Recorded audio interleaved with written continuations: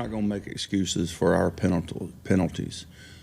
We chose to do the things that we did to create those penalties. So we're not going to complain about the officiating. Fans have every right to have their opinions. We're not going to create excuses for them. I was in Arizona when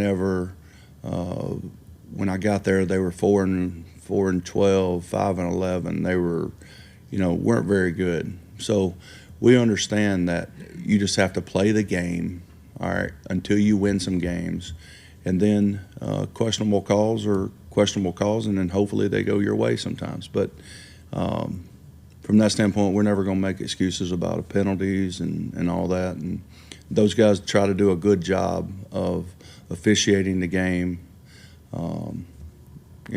Some of those penalties we had now were self-inflicted too. So those are the ones that I care about. Those ones that are self-inflicted. Those that are directly correlated to being undisciplined, directly correlated to losing your composure. Those are the ones that hurt you. It's not the live action battlefield decisions per se that they have to make and react. It's those that you don't leave any room for error. It's a penalty, When you talk about, you answered Daryl's question about the second guy getting caught. I just remember in Indiana talking to you about that, how you were saying you didn't want your players to take anything from anyone. Right.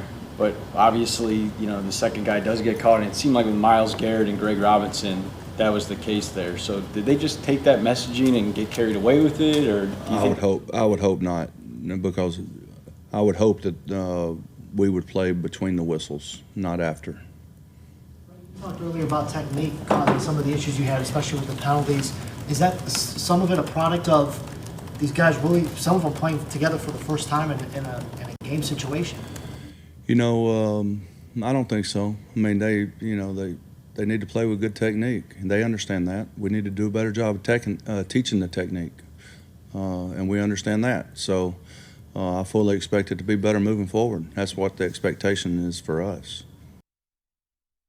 Well, it's Freddie Kitchens keeping his composure so far, but it almost looks like if this goes on, it might get ugly.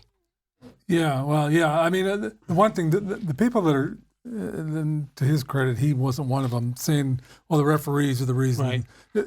You don't blame the referees when you have 18 penalties. Like you say, what if it hadn't been for the refs, we would only had 16. Like the refs had, Oh no, they're the ones who called the 16 then. Yeah, but I mean, when you have that many penalties, it's like I think the finger is squarely pointed at the team, not the refs. No question about that. They were the most penalized team in Week 1, and that may hold up for the season.